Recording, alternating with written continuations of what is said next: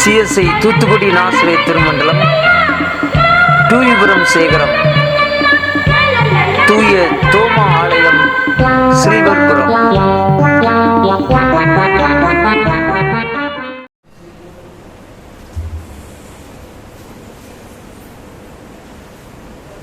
எங்களை அதிகமாய் நேசிக்கிறீர்கள் அன்பின் பரலோக தந்தையே, மனமகிழ்ச்சியின் நாளுக்காக நன்றி செலுத்துகிறோம், போய் ஸ்தோத்திரிக்கிறோம்.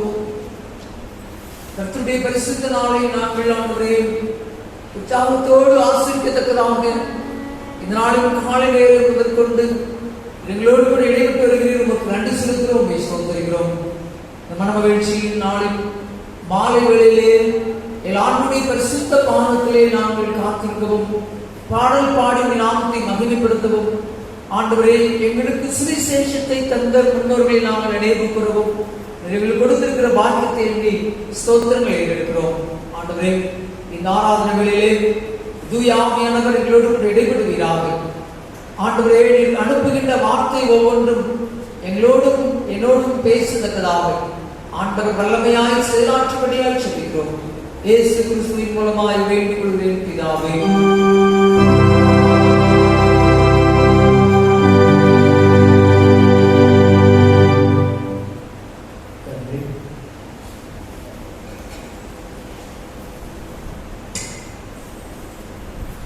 கிறிஸ்துவுக்குள் பிரியமானவர்களே, ஆண்டவரும் இரட்சகருமாகிய இயேசு கிறிஸ்துவுடைய இனிதான நாமத்தினாலே உங்கள் யாவருக்கும் என்னுடைய அன்பான மாலை வணக்கத்தை நான் தெரிவித்துக் கொள்கிறேன்.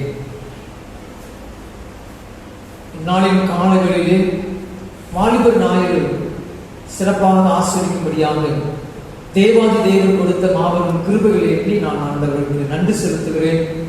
ஆண்டவர் தம்முடைய நாமத்தை மகிமைப்படுத்தும் வண்ணமாக தம்முடைய பிள்ளைகளின் மூலமாக ஆண்டவர் செயலாற்றினார். அல்லேலூயா. நம்முடைய குருவானவருடைய அம்மா அவர்கள் வெளியே செல்லும் பொழுது நம்முடைய பிள்ளைகள் சிறப்பாக பாடினார்கள் என்று அவர்கள் பாராட்டின வார்த்தைகள் தேவனுக்கு மகிமையை கொடுக்கக்கூடியது. இரண்டாவதாக உங்களுடைய பிள்ளைகள் அனுப்பி வைத்திருக்கிறீர்கள். பெற்றோர்களாகிய உங்களுக்கும் ஆண்டவர் அதற்குரிய மகிமையை தந்தருள்வாராக. அதுபோலவே எல்லா ஆராதனைகளிலும் நீங்கள் பங்கு பெற வேண்டும். அதாவது நான் ஏற்கனவே சொல்லிக் கொண்டிருக்கிறேன், ஆராதனைக்கு வர வேண்டியது உங்களுடைய பொறுப்பு இல்லையா? ஆராதனைக்கு வர வேண்டியது உங்களுடைய பொறுப்பு. ஆராதனை நடத்துவதற்கு என்னுடைய பொறுப்பு. சரிங்களா? அதனால் நீங்கள் நான் எதிர்பார்ப்பது என்னவென்றால், கூடுதலான ஆராதனை எங்களுக்கு தாங்கள் என்று சொல்லி நீங்கள் கேட்கணும். சரிங்களா? இருக்கிற ஆராதனையே போதும் அல்லது குறைச்சிக்கோங்க அப்படின்னு சொல்லி என்ன சொல்லக்கூடாது, சொல்லக்கூடாது. புரியுதுங்களா நான் சொல்றது? சரி. ஆகினால அப்படிப்பட்ட ஒரு உற்சாகத்தோடு செயல்படுவதற்கு காரணம் யார் என்றால் திருச்செவின் பிள்ளைகளாகிய நாம் தான். இப்போ நம்ம ஞாயிற்றுக்கிழமை தோறும் ஆராதனையில் பாடகர் குழு சிறப்பாக பாடி வருகிறார்கள், மகிழ்ச்சி. இப்போ நம்ம ராத்திரி வேளையிலும் அழைத்திருக்கிறோம். பிள்ளைகள் உற்சாகத்தோடு வந்திருக்கிறார்கள். அனைத்து பிள்ளைகளுக்கும் என்னுடைய வாழ்த்துக்களை தெரிவித்துக் கொள்கிறேன். அதுபோலவே மியூசிக் வாசிக்கிற பிள்ளைகள் கர்த்தர்கள் நிச்சயமாகவே ஆசீர்வதிப்பார்கள். புதிய புதிய பாடல்களாக இருந்தாலும் அவர்கள் அதை கற்றுக்கொண்டு நேர்த்தியாக வாசிக்கிறார்கள். இன்னமும் அநேக பாடல்கள் இப்படி அவர்கள் கற்றுக்கொள்வதன் மூலமாக, அவர்கள் பிரயாசப்படுவதன் மூலமாக அவருடைய வாழ்க்கையில் ஆண்டவர் அதிகமான ஆசீர்வாதங்களை தருகிறார்கள். எனவே நீங்கள் செய்ய வேண்டிய உன்னதமான ஒரு காரியம் என்னவென்றால், உங்களுக்கு தெரியும் உங்கள் பக்கத்தில் யார் யாரெல்லாம் ஆலயத்தில் உட்காந்துருக்குன்னு சொல்லி, என் காலையில் பக்கத்தில் யார் யாரெல்லாம் உட்காந்து ஒருத்தர் பக்கத்தில் ஒருத்தர் வழக்கமாக உட்காந்துருக்காங்க இல்லையா? அவங்கள நீங்கள் சொல்லி என்ன செய்யணும், கூப்பிட்டு ரொம்ப தூரத்தில் உள்ளவங்க விட்டுருங்க. அவங்க ராத்திரி வேலையில் வர முடியாது. முக்கால்வாசி வீடு நம்ம சர்ச்சை சுற்றி தான் இருக்கு இல்லையா? இந்த பகுதியில் தான் எல்லாரும் சுற்றி உட்காந்துருக்கோம். அதனால் நீங்கள் பார்க்குற பாருங்கள், யாரெல்லாம் வரலாம் பாருங்கள், சொல்லி நீங்கள் என்ன செய்ய சொல்லலாம் அப்படின்னு சொல்லுங்கள். இந்த பக்கம் இருக்கிறவங்க உங்கள் வீட்டில் உள்ள ஆண்கள் வேலைக்கு போகாமல் வீட்டில் இருந்தாங்கன்னா எழுப்பிவிட்டு சரிங்களா, எழுப்பிவிட்டு அழைத்துட்டு இருக்காங்க. நித்யாவுக்கு அன்னைக்கு சொன்னேன் கோயிலுக்கு வரணுட்டு. நித்யா நான் சொன்னால் அடுத்த வாரம் நம்ம ஆளை காமிக்கிறேன். அப்பா சொல்லிட்டே தெரியல, அப்பாட்ட அனுமதி கேட்டு வந்துடுனேன். சரி, இந்த பெஞ்சு சீக்கிரம் நிரப்பணும் சரியா. அதனால் நீங்கள் ஆயத்தத்தோடு எப்போது இருக்கும். இந்த பக்கம் நிரம்பணும். இங்கே எப்படி நிரம்புதோ இந்த பக்கம் நிரம்பணும். காலையில் ஆராதனையில் பார்த்தேன், இங்கே உட்கார்ந்து எண்ணிக்கை அப்படியே அந்த பக்கம் இருந்துச்சு. இல்லையா, எவ்வளோ பெரிய வகைமை பார்த்தீங்களா. ஆலயங்கள் அப்படி இருக்காது. இங்கே இப்போ பார்த்தீங்கன்னா இது மாதிரி இங்கே மெஜாரிட்டி இருக்கும், இங்கே மைனாரிட்டி இருக்கும். ஆனால் இன்றைக்கி காலை ஆராதனையில் பார்க்கும்போது நம்ம அரை மணி நேரம் முன்னாடி ஆரம்பிச்சிருக்கோம் இல்லையா. எனக்கு கொஞ்சம் பயம்தான். நம்ம வேறு வர சொல்லிக்கிறோம். ஆரம்பிக்கும் போது ஆட்கள் எல்லாம் பெறக்கூடாது. ஏன்னா 59 கேட்டார், சார் ஆட்கள் வந்துடுவாங்க. நான் தைரியமாக உங்களை நம்பி சொல்லிட்டு வந்துட்டேன். ஏன்னா தாய்மார் கிட்ட வேறு நடந்துட்டு இருக்கா, அதனால தைரியமாக சொல்லிட்டு வந்துட்டேன். எட்டி பார்த்தாங்கன்னா வந்துமா வராதா தெரியல இப்படி யோசிக்கிறேன். ஆனால் நீங்கள் உண்மையிலேயே நீங்கள் நல்லவர்கள். இங்கே பார்க்கும்போது 2 பக்கம் ஈக்குவலாக திரளான மக்கள் யாரும் கலந்து வந்ததுக்கு மிக்க மகிழ்ச்சி.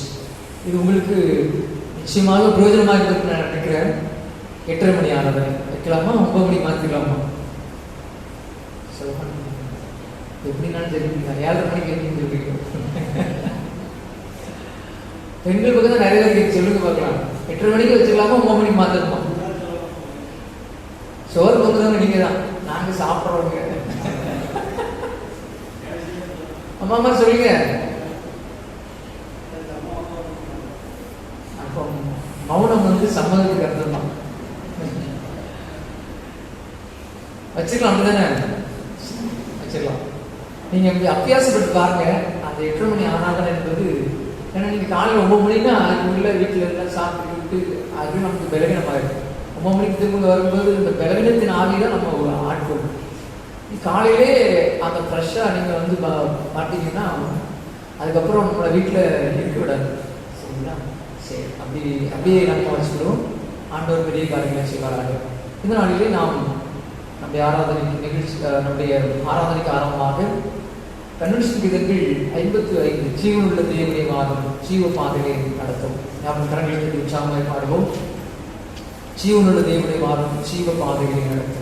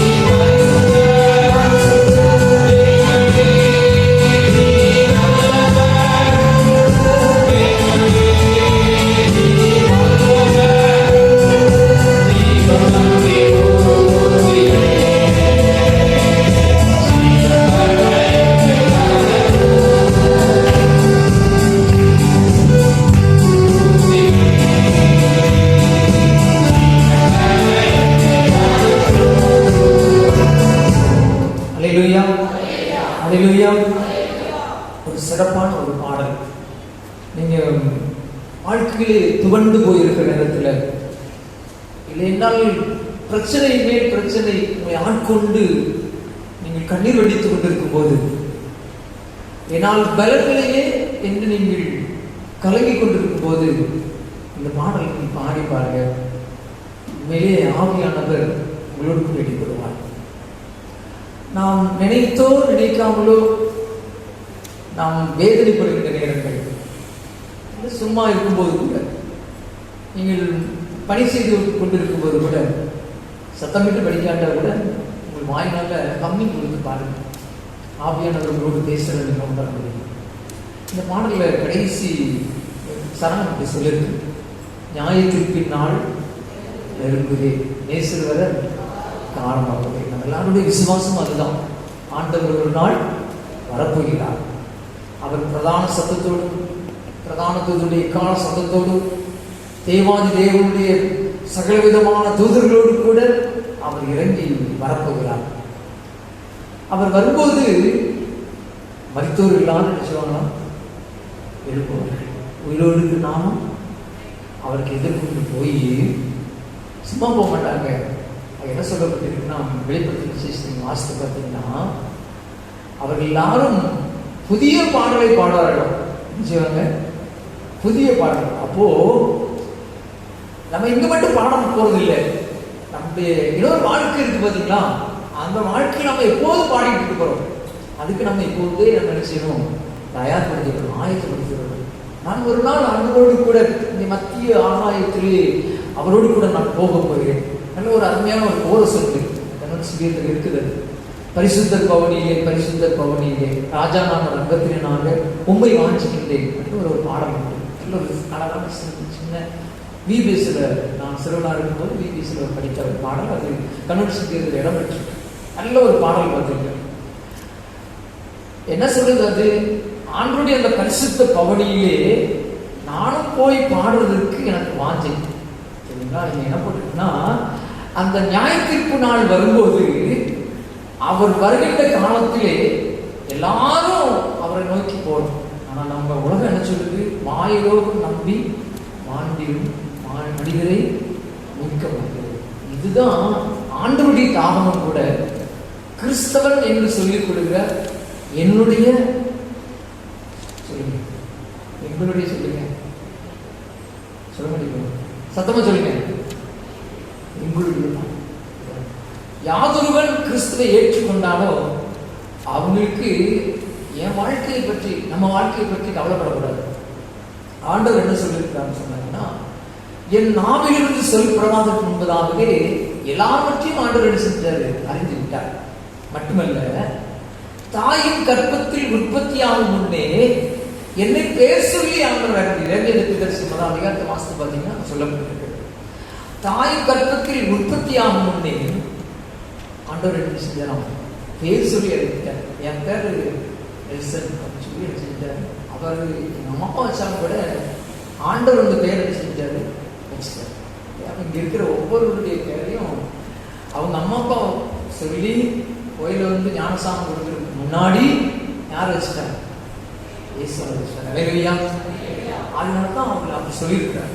நம்ம எல்லாருக்கும் ஒரு நாமம் தரித்திருக்கிறார். அப்படிப்பட்ட நம்ம எல்லாருக்கும் ஆண்டவர் எனக்கு என்ன தேவைன்னு சொல்லி தெரியுமா தெரியாதா, சொல்லுங்க, தெரியுமா தெரியாதா? நிச்சயமா தெரியும். நான் என்னுடைய வாழ்க்கையில் ஒரு நாளும் எனக்காக ஜெபம் பண்ணதே கிடையாது, கேட்கவே மாட்டேன். ஏன்னா என்னை பற்றி ஆண்டவருக்கு தெரியும், எனக்கு என்ன தேவைன்னு தெரியும். ஆகவே எனக்கு ஒரு தைரியம், எப்போதும் எதையுமே நோக்கிறது கிடையாது. மாட்டுக்கு மாட்டு வண்டியை குண்டியாச்சா மாடு அதை பார்த்து போயிட்டே இருக்கு. சின்ன வயசுல நான் மாட்டு வண்டி அடிச்சிருக்கேன். என் வீட்டில் 7 ஜோடி மாடுகள், 7 ஜோடி மாடுகளுக்கும் இவங்க வண்டி உண்டு. வண்டியை கூட்டிட்டு போனாங்கன்னா பின்னாடி வைக்கோல் போட்டு சாக்கு போட்டுருக்காங்க. வண்டியை ஏற்று நம்ம படைஞ்சாங்கன்னா திரும்பி வீட்டில் வந்து கரெக்டாக செஞ்சிடும். அது மாதிரி எனக்கு ஒரு நம்பிக்கை, ஆண்டவர் என்னை அழைத்திருக்கிறார் என்றால் அவர் ஒரு திட்டம் வச்சிருக்கிறார். அது நிறைவேறாம ஒருபோதும் செய்ய மாட்டாரு, நம்ம அனுப்ப மாட்டோம். ஆகினால நாம் செபிக்க வேண்டியது எல்லாம் எங்க இருக்குன்னு சொன்னாங்கன்னா, இந்த மாய லோகத்துல வாழ்ந்து கொண்டிருக்கிற ஜனங்களுக்காக நாம் என்ன செய்யணும்? அனுதினமும் என்ன செய்யணும்? ஜெபிக்க வேண்டும். இந்த கவியை எல்லாரும் நான் ஏற்கனவே உங்களுக்கு சொல்லியிருக்கேன். ஒரு பாடல் பாடியாச்சுன்னா வீட்டில் போய் நீங்கள் என்ன செய்யணும்? படிச்சிருக்கணும். சரிங்களா? அந்த பாடலை பாராமல் திரும்ப திரும்ப படித்து அதை நம்ம வாழ்க்கையில் அபியாசப்படுத்தணும். வேலை முழு பாடலை படிக்க முடியாத ஒன்று ரெண்டு கவிதையாவது படிச்சுட்டு அதை நம்ம அப்பப்போ படிச்சுட்டே இருக்கும். நீங்கள் அப்படி படித்து பாருங்களேன், வாழ்க்கையில் ஒரு புதிய தப்பு இருக்கும். இப்போ இந்த கடைசி கவி பாருங்க, ஞாயிற்றுக்கு நாள் இருக்குது, நேசர் வர காலமாகுது, மாயலோகம் நம்பி மாண்டினதை மீட்க மாட்டோம். இந்த பாடலை புக்கை போடுங்க. சரிங்களா? புக்கை மூடிட்டு நம்ம எல்லாரும் எழுந்து நின்று நல்ல மியூசிக் நம்ம கொடுத்துருக்காங்க. அவங்களோடு சேர்ந்து பேரோசி உள்ள கைத்தாளங்களோடும்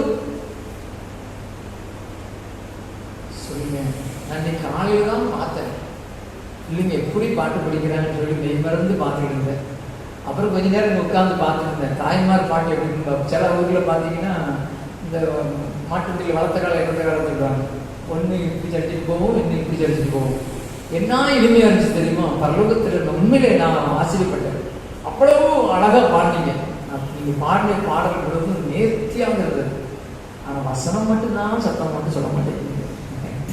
பாடல் தெரிகிறவங்களுக்கு வசனமும் தெரியும், ஆனால் சொல்லக்கூடாதுன்னு நினைச்சிருக்கீங்களோ என்று எனக்கு ஒரு சந்தேகம் இருக்கு. சரிங்களா?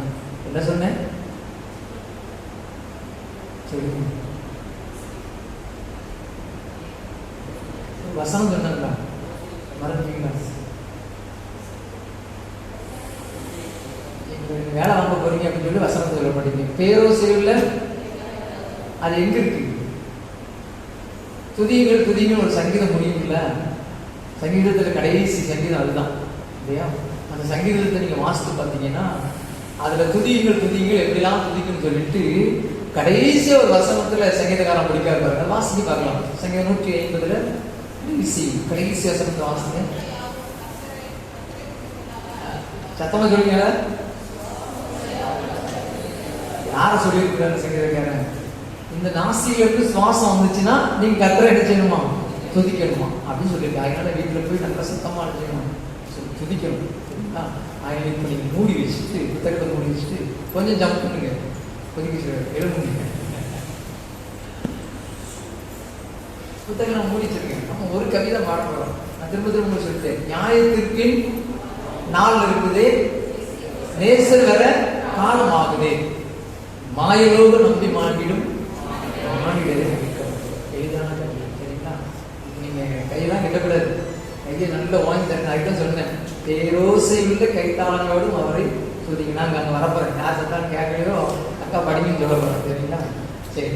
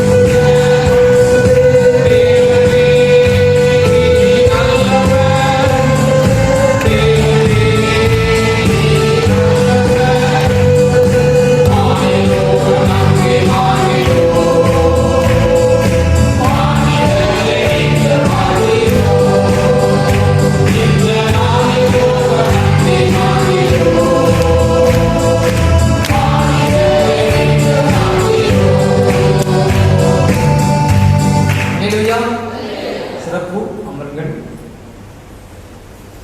இது மாதிரி நீங்கள் பாடல்களை அப்பப்போ மனனம் செய்து கொள்ள வேண்டும். அதுக்காக உட்காந்து நீங்கள் மனப்பாடம் பண்ணாதங்க. ஒரு பாட்டு புக் எடுத்து நீங்கள் அப்படி பாடிட்டே இருங்க, அது ஆட்டோமேட்டிக்காக மனசிலாயிடும். அடுத்த பாடலில் 302வது பாடல் பரிசுத்த கூட்டம் நடுவில் ஜொலித்திடும் சித்த ஜோதி. 302வது பாடல்.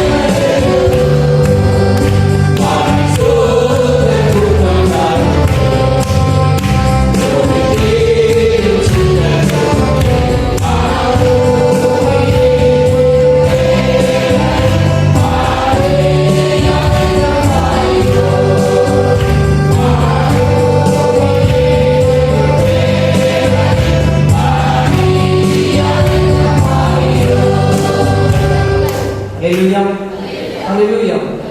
36வது கண்ணன் சங்கீதங்கள் நம் தேவனை துதித்து பாடி 36வது கண்ணன் சங்கீதங்கள்.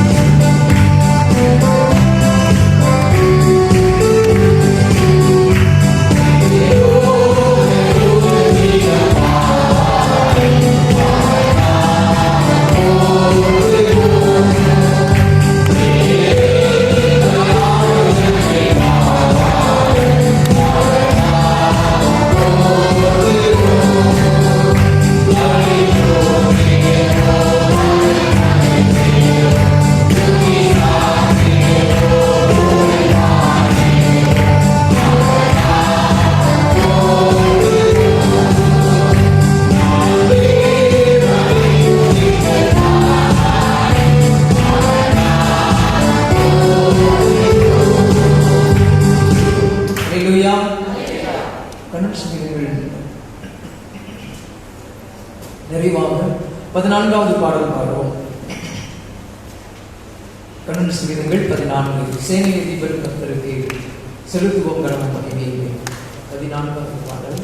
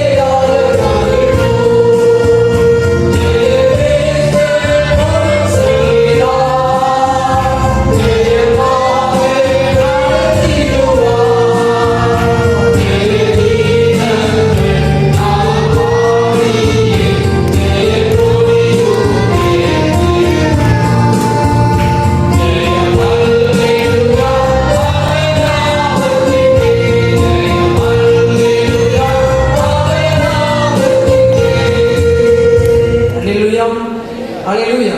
வேத பாடம் வாசிக்க கேட்போம்.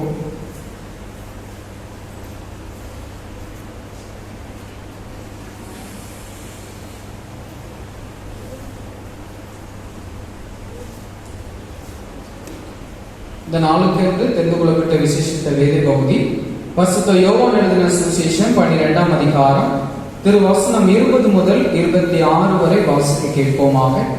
யோவான் 12ஆம் அதிகாரம் 20ஆம் வசனம் முதல். பண்டிகையில் ஆராதனை செய்தவர்களில் சில கிரேக்கர் இருந்தார்கள். அவர்கள் கலிலேயா நாட்டு பெத்சாய்தா ஊரான் ஆகிய பிலிப்பினிடத்தில் வந்து, ஐயா, இயேசுவை காண விரும்புகிறோம் என்று அவனை கேட்டுக்கொண்டார்கள். பிலிப்பு வந்து அதை அந்திரேயாவுக்கு அறிவித்தான். பின்பு அந்திரேயாவும் பிலிப்புவும் அதை இயேசுவுக்கு அறிவித்தார்கள். அப்பொழுது இயேசு அவர்களை நோக்கி, மனுஷகுமாரன் மகிமைப்படும்படியான வேலை வந்தது. மெய்யாகவே மெய்யாகவே நான் உங்களுக்கு சொல்கிறேன், கோதுமை மணியானது நிலத்தில் விழுந்து சாகாவிட்டால் தனித்திருக்கும், செகதை ஆகில் மிகுந்த பலனை கொடுக்கும். தன் ஜீவனை சிநேகிக்கிறவன் அதை இழந்து போவான். இந்த உலகத்தில் தன் ஜீவனை வெறுக்கிறவனோ அதை நித்திய ஜீவகாலமாய் காத்து கொள்வான். ஒருவன் எனக்கு ஊழியம் செய்கிறவனானால் என்னை பின்பற்ற கடவன். நான் எங்கே இருக்கிறேனோ அங்கே என் ஊழியக்காரனும் இருப்பான். ஒருவன் எனக்கு ஊழியம் செய்தால் அவனை பிதாவானவர் கனம் பண்ணுவார் என்பது குறிக்கப்பட்ட வேத பகுதி வாசித்து உண்டாயிற்று.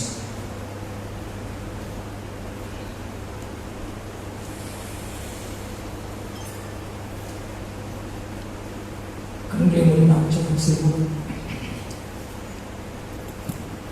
பரலோக தந்தையே, மகிமையான வேலைக்காக நன்றி செலுத்துகிறோம். கடந்த நாட்களிலே டேவிட் ரெய்னார்ட் என்பவருடைய வாழ்க்கை குறித்து நாங்கள் சிந்தித்தோம். ஆண்டவரே, கொஞ்ச காலம் ஜீவித்தாலும் இயேசுக்கென்று எதையாவது சாதிக்க வேண்டும் என்று தன் வாழ்க்கையை அர்ப்பணித்த வாழ்வை நாங்கள் கேட்டோம். ஆண்டவரே, என்னோடும் எங்களோடும் நீர் பேசுவீர், ஸ்தோத்திரங்களை எடுக்கிறோம். இந்த நாளிலே மற்றொரு மிஷனரி குறித்து நாங்கள் கேள்விப்படும்போது இன்னமும் நாங்கள் ஆண்டவரே உமக்காக எரிந்து பிரகாசிக்கிற விளக்காய் காணப்பட உதவித்தார். இங்கே அமர்ந்திருக்கிற ஒவ்வொருவரோடும் உங்களுடைய தூய் ஆவியானுடைய சத்தம் துணிப்பதாக இயேசு கிறிஸ்துவின் மூலமாய் வேண்டிக் விடுகிறோம் பிதாவே. டேய் வெள்ளைக்கார நாயே, ஒரு பயங்கரமான ஒரு சவுண்ட் கேட்டுச்சு. எங்கடா வந்தாடி? என் ஈட்டிக்கு இரையாகி உன் ஈரல் எடுத்து நான் தின்னு, அப்பதான் எனக்கு நிம்மதியா இருப்பேன். வெள்ளைக்கார நாய் என்று ஒரு சத்தம் கேட்டது. வேதம் சொல்லுகின்றது, பரிசுத்த மார்க்கு எழுதின சுவிசேஷம் 16ஆம் அதிகாரம் 15ஆம் வசனத்திலேயே இப்படி ஒரு வசனம் சொல்லப்பட்டிருக்கிறது. பரிசுத்த மார்க்கு 16:15 வாசியுங்கள்.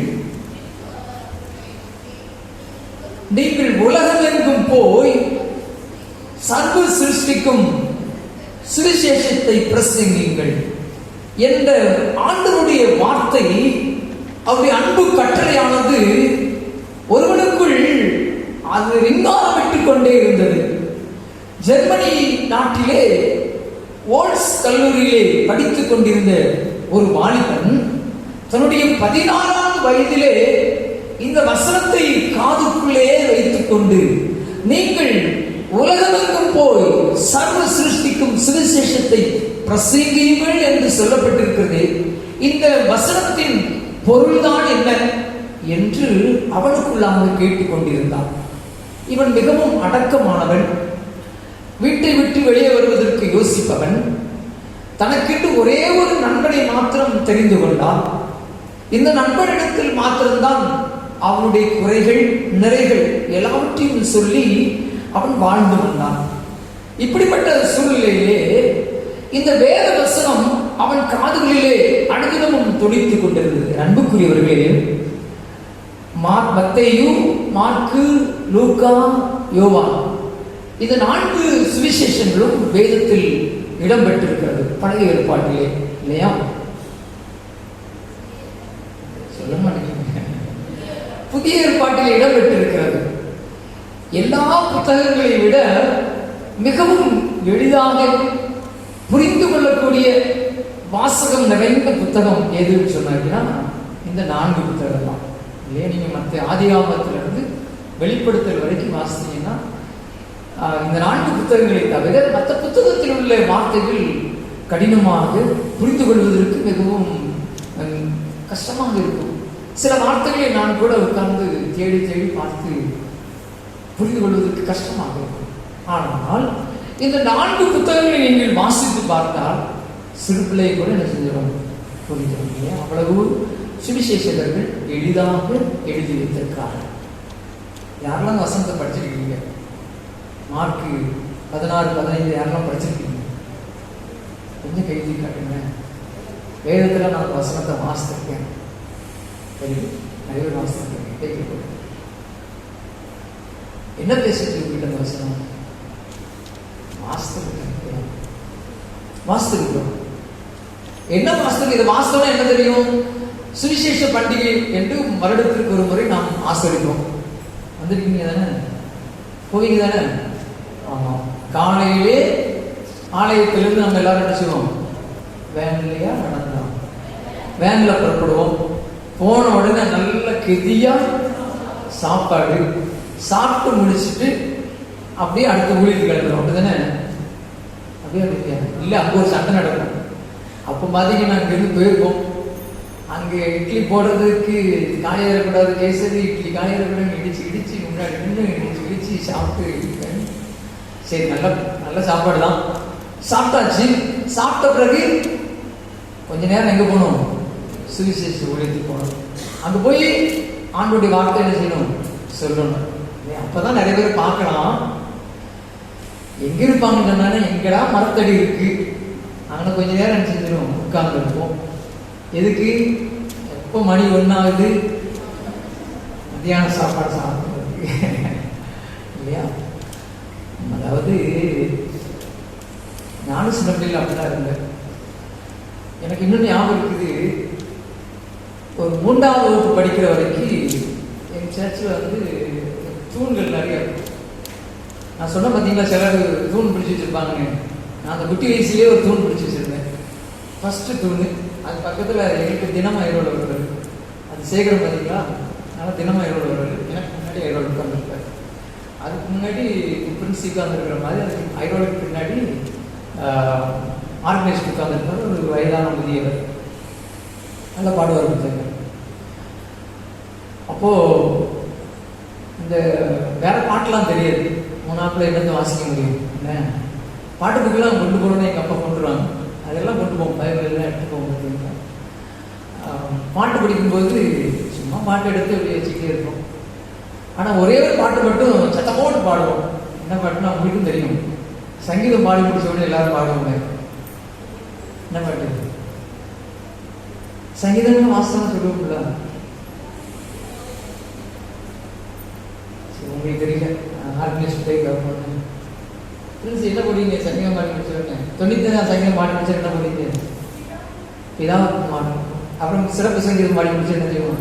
பிதாவுக்கு மாடும் இல்லையா? இது மட்டும் யாருக்கு தெரியுதோ தெரியல, சின்ன பிள்ளைங்களுக்கு என்ன செய்யும்? தெரியும். அப்போ எனக்கும் அந்த பாட்டு, அந்த பிதாவுக்கு மாடுக்கு அந்த 2 வரைக்கும் நல்லா தெரியும். நல்லா தெரியும். நான் கூட போய் சொல்லுறேன், தெரியாது, நல்லா தெரியும்.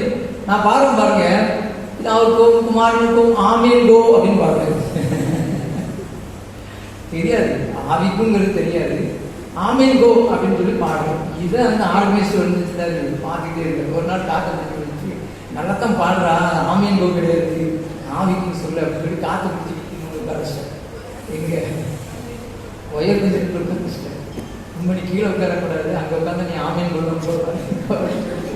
பிடிச்சா கஷ்டம். அங்கே உட்கார வச்சாரு பாருங்க, அவரை தான் அன்றைக்கி நினைக்கிறேன். அவர் அன்றைக்கி அங்கே உட்கார வைக்கலன்னு சொன்னாருன்னா எனக்கு இந்த புத்தகத்தில் உள்ள பாட்டெலாம் இருந்துச்சு தெரியாது. இப்போ நம்ம பிள்ளைங்களாம் பாட்டு படிக்கிறாங்க, நான் கவனிச்சுட்டே தான் இருக்கிறேன்.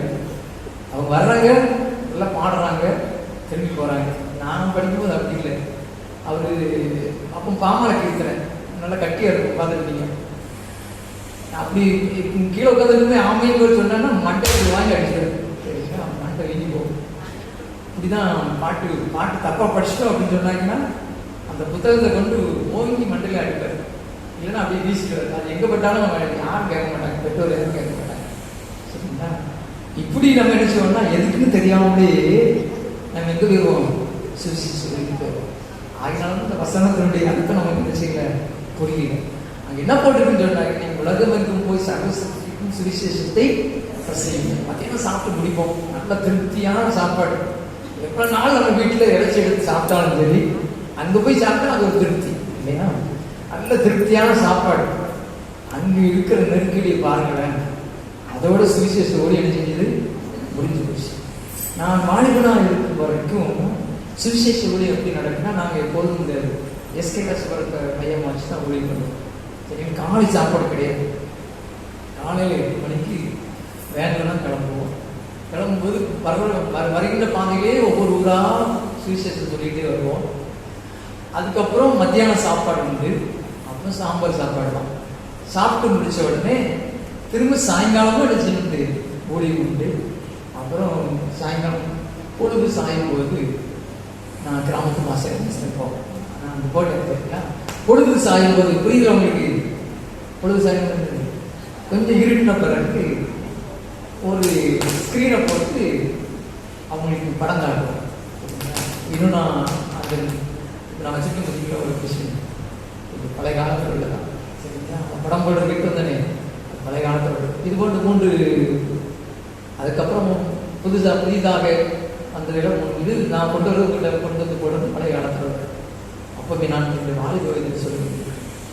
அப்பவுமே ஒரு தாகம், என்ன தாகம் சொன்னாங்கன்னா, யாராவது ஒருவர் இன்றைக்கு இந்த ஒரு நாள் விழித்து போறோம்னா கண்டிப்பா ஒரு ஆத்மாவுக்காக என்ன செஞ்சிருக்கணும், ஒரு வசனம் என்ன செஞ்சிருக்கணும் அப்படின்னு சொல்லிட்டு. அப்போ வேற படம்லாம் தெரியாது, காசு கஷ்டமான காரியம் பார்த்தீங்கன்னா சீக்கிரம் வாங்க முடியாது. ஒரே ஒரு CD இந்த ஒரு ஊழியத்தில் இருக்குதுதான் வாங்க பார்த்தீங்க, அந்த ஜீசஸ் தொடர் அந்த படத்தோட அது அப்போ CD கிடையாது, அந்த பெரிய டெக்கில் போடுவாங்க, அதை சொல்லி கொடுக்கும். அதுவும் வச்சுருந்தேன், அது வீட்டில் ஷோகேஸ் அது. அப்புறம் அந்த ரெக்கார்ட் போடுவாங்க பார்த்தீங்கன்னா, கிராம போடுவேன். இதெல்லாம் நான் வாலிப வயசில் இருக்கும்போது எங்கள் அப்பா வாங்கி கொடுக்குற காசில் சேர்த்து வச்சு எங்கே செலவழிச்சேன்னா ஊழியத்துக்காக இந்த கிராம போன் வாங்கி வச்சுருக்கேன். அதை கொண்டு போய் பாட்டை அந்த தட்டில் பாட்டை போட்டோன்னே சினிமா இந்த மாதிரி சின்ன பையங்க ஓடி வந்து அதை பார்க்க வருவாங்க. உடனே அவங்களுக்கு ஒரு பாட்டு சொல்லி இப்படிதான் சுவிசேஷத்தை சொல்லி பெருமைக்காக சொல்லலை, அந்த இடங்களில் ஆலயங்கள் கட்டியிருக்கணும். எப்படி இருந்தாங்கன்னா அன்றைக்கு சுவிசேஷம் போட்டோமோ அப்புறம் அந்த வருஷம் அந்த ஒரு UPS கிளாஸ் ஆரம்பிச்சோம். இப்படி ஏராளமான ஊழியர்கள், இப்படி ஒரு தாகம் இருக்க வேண்டும் என்பதுதான் அந்த வசனத்தினுடைய சாராம்சம். சரிங்களா? நீங்கள் உலகத்திற்கு போய் சுவிசேஷத்தை பிரசங்கியுங்கள். இந்த வார்த்தை இந்த வாலிபனுக்குள்ளாக பேசிக்கொண்டே இருந்தது. ஆகவே அவன் தன்னோடு இருந்த அந்த வாலிபனிடத்திலே அவனுடைய நண்பனிடத்திலே கேட்டான், டே இந்த வசனம் இப்படி சொல்லுது, இதனுடைய அர்த்தம் என்ன? அவன் இவனோட கொஞ்சம் வீக் வேதத்துல, ஆகலாம் அவனுக்கு சொல்ல தெரியல. இன்னைக்கு நம்ம இடத்துல அப்படிதான் இருப்போம். சில பேர்கிட்ட போய் சில வசனத்தை கேட்டாங்கன்னா, எனக்கு இது தெரியல, எனக்கு சில வசனங்கள் தெரியும் அப்படி சொல்லி நம்ம கேட்போம். அது போல அந்த வாலிபன் கடத்தி விட்டான். இவனுக்கு அந்த வசனத்தினுடைய சாராம்சத்தை முழுமையாக தெரிந்து கொள்ள வேண்டும் என்று சொல்லி யோசித்துக் கொண்டே இருந்தான். நாட்கள் ஒவ்வொன்றாக கடந்து போயிட்டே இருந்துச்சு. ஒரு நாள் 2 பேர் ஒன்று கூடினார்கள். ஒன்று கூடி ஒரு மலையடிவாரத்திற்கு கடந்து சென்றார்கள். எதற்கு என்றால், இலவசமாக இறைவன் கொடுக்கின்ற காற்றை சுவாசிப்பதற்காக மலையடிவாரத்திற்கு சென்றார்கள் 2 பேர். இவர் 2 பேர் தான் எப்பவும் சேர்ந்திருப்பாங்க, வேற நண்பர்கள் கிடையாது. யாருக்கு என்றால், நான் சொல்லிக் கொண்டிருக்கிற இந்த வாலிபருக்கு, சரியா, ஒரே ஒரு நண்பனுக்கு. இந்த நண்பனோடு சேர்ந்து மலையடிவாரத்திற்கு இலவசமாக இறைவன் கொடுக்கின்ற அந்த காற்றை சுவாசிக்கும்படியாக கடந்து போய் கொண்டிருக்கிறார்கள். நல்ல ஒரு மலையடிவாரம், அழகான மரங்கள் எல்லாம் இருக்கிறது, மலை உச்சிகளும் இருக்கிறது. மலையிலே அந்த மரங்கள் எல்லாம் அழகாக தவழ்ந்து கொண்டிருக்கின்றது. தவழ்ந்து கொண்டிருக்கின்ற மலையின் மீது மேகங்கள் மோதிக்கொண்டிருக்கிறது. இதையெல்லாம் மரத்தின் அடிவாரத்திலே, அந்த மலை அடிவாரத்திலே மரத்தின் அடிவாரத்திலே அமர்ந்து கொண்டு பார்த்து கொண்டிருக்கின்றார்கள் இந்த நண்பர்கள். அப்படியே மேலே வெட்டி பார்த்தாங்க, வண்ண வண்ண மலர்கள் எங்க இருக்கும், மரங்கள் எல்லாம் பார்க்கிறாங்க. என்ன அழகான மலர்கள்! அப்படியே அந்த மலர்களை பார்த்து கொண்டிருக்கும் போது வண்ணத்து பூச்சிகள் அதை சுற்றி சுரண்டு கொண்டிருப்பதை பார்க்கிறார்கள். ஆஹா, என்ன அழகான பூச்சிகள்! இவை எல்லாம் சுதந்திரமாக பறந்து அந்த பூக்களை முகர்ந்து கொண்டிருக்கின்றன. எட்டி பார்க்கிறாங்க. அதோடு சேர்ந்து பறந்து தன்னுடைய இறக்கை அடித்துக் கொண்டு பறந்து திரியும் பறவைகளை பார்க்கிறார்கள். என்ன அருமை! அவைகளெல்லாம் கூச்சலிட்டுக் கொண்டு அங்கே பறந்து திரிகின்றன. அதோடு கூட இன்னும் எட்டி பார்க்கிறார்கள். பழுத்து குலுங்குகின்ற பழமரங்களை பார்க்கின்றார்கள். எச்சில் போல் இருக்கும் இல்லையா? ரெண்டு பேரும் எல்லாம் பார்த்து கொண்டே இருந்தார்கள். ரொம்ப மகிழ்ச்சியா இருந்துச்சு.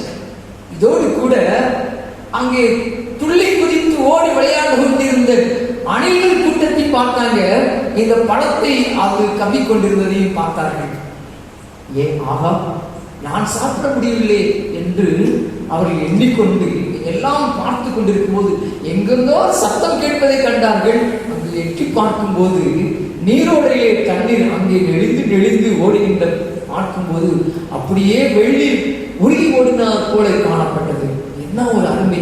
இந்த காற்றுக்குள்ளே இவ்வளவு ஒரு அருமையாய் காணப்படுகிறது என்று சொல்லி உள்ளத்திற்குள்ளே மிகுந்த சந்தோஷம். குற்றவாளியாக போயிருக்கீங்க, எல்லாரும் போயிருக்கோம் இல்லையா? அங்கிருந்து திரும்பி வரதுக்கு உங்களுக்கு ஆசை இருந்துச்சுதான் முக்கியம் இருக்காது இல்லையா? அந்த மலையடி வாரத்தில் உட்கார்ந்து இறைவனின் செய்களை நீங்க நினைத்து பாருங்க. என்ன ஒரு பெரிய மலை! மலையிலிருந்து தண்ணீர் ஓடி வருகிறது. இவையெல்லாம் என்ன இனிமையாக இருக்குது யோசித்து பாருங்கள். அங்கே மேகங்கள் கூடுவதையும் திடீரென்று சொல்லி மழை பெய்வதையும் பார்க்கும்போது இறைவன் எவ்வாறெல்லாம் படைத்திருக்கிறார் என்று எண்ணி பார்ப்போம் அல்லவா? இது போலத்தான் இந்த இரண்டு மாணவர்களும் அங்கே உள்ளத்திலே மகிழ்ச்சி பொங்க உட்கார்ந்து கொண்டு, நான் இதை மகிழ்ச்சி என்று சொல்வதா, இல்லை என் இறைவன் இதை படைத்திருக்கிறார் என்று நான் பெருமிதம் கொள்வதா என்று சொல்லி அவர்களுக்குள்ளாக கேள்வி எழுந்தபடினாலே இவை எல்லாவற்றையும் பார்த்து கொண்டு வியந்து கொண்டு ஒருவரை ஒருவர் பேசிக் கொண்டிருக்கும் பொழுது திடீரென்று சொல்லி பின்னதாக ஏதோ சத்தம் கேட்கின்றது. எட்டி பார்த்தால் திரள் கூட்டமாகிய வாலிபர்கள் அங்கே இவர்களைப் போல காற்று வாங்க வருகின்றார்கள். அவர்களும் இவை எல்லாவற்றையும் இப்படி பார்த்தார்கள். அங்குமெங்கும் பார்க்கும் போது கண்கள் எல்லாம் மிகவும் மகிழ்ச்சியாக இருக்கிறது, உள்ளமெல்லாம் மகிழ்ச்சியாக துள்ளுகிறது. இப்படிப்பட்ட சூழ்நிலையிலே அங்கு அந்த கூட்டத்தில் ஒருவன் இப்படி சொன்னான், இறைவன் படைத்த படைப்பை பார்த்தீர்களா? என்ன அருமையாக இருக்கிறது! இவைகள் எல்லாவற்றையும் பார்க்கும் பொழுது நீங்கள் என்ன நினைக்கிறீர்கள்? இதை விட வேற ஏதாவது இறைவனை குறித்து சொல்ல முடியுமா? அல்லது அவரை புகழ முடியுமா? புகழ்ந்துதான் அதை முடிக்க முடியுமா? முடியாது இல்லையா? 1000 நாவுகள் இருந்தாலும் ஆண்டுபடி செய்தி நம்மால் என்ன செய்ய முடியாது, சொல்லவே முடியாது. அப்படிப்பட்ட சமயத்தில் இப்படி சொல்லிக் கொண்டிருக்கும் போது அவன் கூட வந்த இன்னொருவன் சொல்லுகிறான், என்னப்பா ஏதோ ஒன்று சொல்லுகின்றாயே என்று அவனிடத்தில் கேள்வி கேட்க ஆரம்பித்தான். இன்னொரு புதிராக சொல்லி கேள்வி எழுப்புகிறாயே என்ன என்று அவன் மீண்டும் கேட்கிறான். அப்பதான் அவன் சொல்லுகின்றான், நான் சொல்லுவது ஒரு புதிரல்ல, விடுதலை அல்ல, இது நிஜம்தான். இந்த அழகான உலகையும் உலகத்தில் உண்டான சகலத்தையும் படைத்தது யார் தெரியுமா? அவர்தான். அதை மட்டும் அவர் படைக்கவில்லை, உன்னையும் என்னையும் அவர்தான் படைத்திருக்கிறார் என்று சொல்லி விட்டு அவன் சொன்னான், இத்தனை அழகாக படைத்த ஆண்டவர், அவரை குறித்து அறிந்து கொள்ளாத ஜனங்கள் இன்னும் ஏராளம் இருக்கிறது. கோடி கோடியாக மக்கள் அழிந்து கொண்டிருக்கிறார்கள், உனக்கு தெரியுமா? அப்படி சொல்லி வந்து கேள்வி கேட்டான். இதை அந்த 2 வாலிபர்களும் தூரத்திலிருந்து கேட்டுக்கொண்டே இருக்கிறார்கள். அப்போ அவன் சொன்னான், ஆமா அழிந்து கொண்டிருக்கிறார், அவர்களுக்காக நாம் என்ன செய்ய முடியும்? அவன் பதில் சொன்னான், பரிசுத்த மார்க்கு எழுதின சுவிசேஷம் இந்த 16ஆம் அதிகாரத்தை வாசித்து பார். நீங்கள் உலகத்திற்கும் போய் சர்வ சிருஷ்டிக்கும் சுவிசேஷத்தை பிரசங்கியுங்கள் என்று கட்டளையிட்டிருக்கிறார். ஆகவே நீ போய் அழிந்து கொண்டிருக்கிற ஆத்துமாக்களுக்கு சுவிசேஷத்தை சொல்லும்படியாகத்தான் உன்னை படைத்திருக்கிறார். உன்னை எதற்கு படைத்தார் தெரியுமா? இந்த உலகம் அனைத்தையும் ஆள வேண்டும் என்று சொல்லிதான் நீ இன்றைக்கு இதை பார்த்து கொண்டிருக்கிறாய் அல்லவா? ஆகினால உன்னை படைத்திருக்கிறார் என்று சொன்னான். இப்பதான் அவனுக்கு புத்தி வந்தது. இவ்வளவு நாள் என்ன கேட்டுட்டு இருந்தோம் நண்பன்ட்ட, இந்த வசனத்தினுடைய அர்த்தம் என்ன? இப்ப அவனுக்கு புரிஞ்சு போச்சு. இந்த வசனத்தினுடைய அர்த்தம் என்னவென்றால், என் ஆண்டவர் படைத்த ஜனம் கோடி கோடியாய் அழிந்து கொண்டிருக்கிறது. அழிந்து போகின்ற ஆத்துமாக்களுக்கு சுவிசேஷத்தை பிரசங்கிப்பது யார்? ஏன் நான் போகக்கூடாது? என்று அந்த வாலிபனுக்குள்ளாக ஒரு கேள்வி வந்தது. இப்போ அவனுக்கு ஒரு புதிய உற்சாகம். எதுக்கு உற்சாகம் இருக்கு சொல்லி பார்க்கணும். சுவிசேஷத்துக்கு போனேன்னா கதை கேட்கும்போது கரெக்டாக கேட்கணும். சரிங்களா? என்ன உற்சாகம் நான் சொல்லட்டுமா? சரி, இப்போ நீங்க அப்படியே தேடிட்டு போறீங்க, அப்படியே வாரீங்கன்னு வச்சுக்கீங்களேன். வரும்போது ஏதோ ஒன்றை தவற விட்டீங்க. பாப்பா இருக்காங்க, சரிண்ணா. அங்கேருந்து வரும்போது அவள் செயினை தவற விட்டான்னு வச்சுக்கோங்க. திரும்ப வெளியே போகும்போது அங்கே எங்கே திரும்பி பார்த்து போகிறாங்க. அது கிடைச்சிட்டு அவனுக்கு எப்படி இருக்கும்? என்ன சந்தோஷமா இருக்கும் இல்லையா? இப்போ வாலிபனுக்கு அந்த சந்தோஷம் ஏதோ ஒன்றை தேடிக்கிட்டு இருந்தான். அதை என்ன செஞ்சு போச்சு? கிடைச்சிச்சு. என்ன தேடினான்? செயினையா.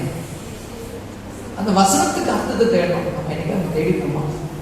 ஒரு வசனம் புரியலன்னா அப்படியே ஜம்ப் பண்ணிடுவோம் இல்லையா? ஆனால் அவன் அந்த வசனத்திற்கு அர்த்தம் தெரிந்து விட்டபடினாலே அவனுக்கு மிகுந்த உற்சாகம்.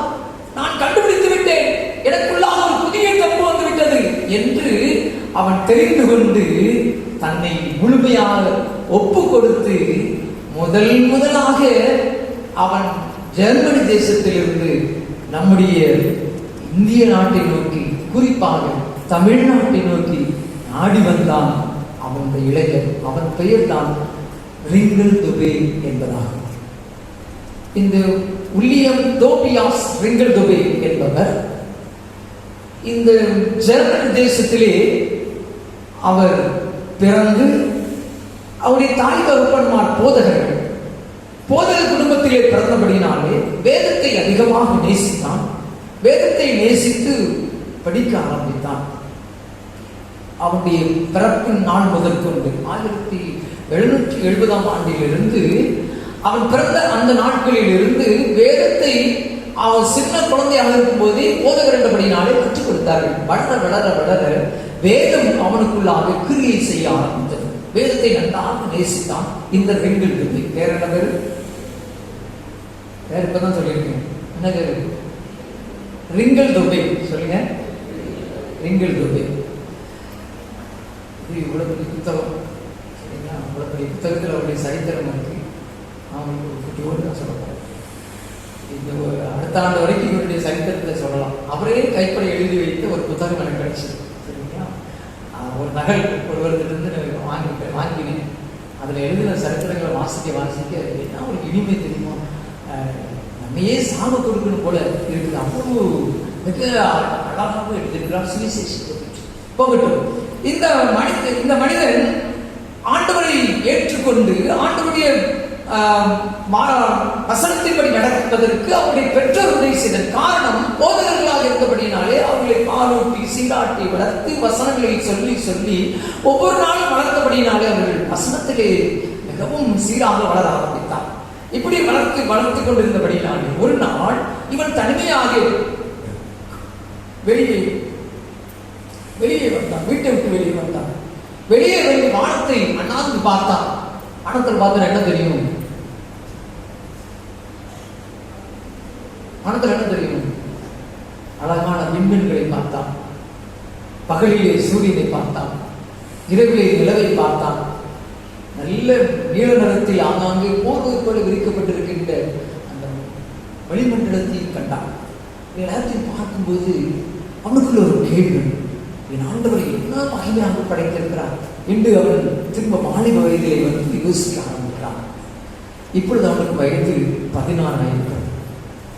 இவன் இந்த 16வது வயதிலே வெளியே வந்து வானத்தை பார்த்து இறைவனை யோசித்து பார்க்கிறான். இப்படி பார்க்கும்போது திடீரென்று மேகங்கள் கூடியது. அங்கே ஒரு வளைவு ஒன்று உண்டாயிடுச்சு. அதற்கு பேர் என்ன? வானவில். அங்குள்ள கடல்களை பார்க்கிறான். இந்த வானத்திலே இவ்வளவு அழகான கலர்களை வண்ணங்களை உண்டாக்கியது யார்? என் இயேசுவா என்று அவரை மிகவும் மெச்சிக்கொள்ள ஆரம்பித்தான். பிறகு அவை எல்லாவற்றையும் விட்டு கடற்கரை ஓரமாக வந்தான். கடலை எட்டி பார்த்தான். கடலிலேயும் அங்கே நீல நிறத்திலே போர் இருந்தது போல அங்கே காணப்பட்ட அந்த கடலை எட்டி பார்த்தான். மகிழ்ச்சியாக இருந்தது. ஏன் தெரியுமா? கடலிலே அலைகள் துள்ளி துள்ளி வருவதை பார்க்கும்போது அவனுடைய உள்ளம் துள்ளி குதிக்க ஆரம்பித்தது. அதோடு கூட மீன்களும் துள்ளி விளையாடுவதை பார்க்கும் பொழுது அவனுடைய உள்ளம் மிகவும் மகிழ்ச்சி அடைந்தது. இந்த இந்த கடலுக்குள்ளே இவ்வளவு சிவன்கள் இருக்கிறதா என்று அவனுக்குள்ள அந்த கேள்வி எழுப்பியது. அப்புறம் திரும்ப பூமியை பார்த்தான். அப்படி திரும்பி ஒரு டேம் அடிச்சு பூமியை பார்த்தான். பூமியில என்ன இருந்துச்சு தெரியுமா? நிறைய மரங்கள் இருந்துச்சு. மரங்களுக்குள்ளாக பழங்கள் இருந்துச்சு.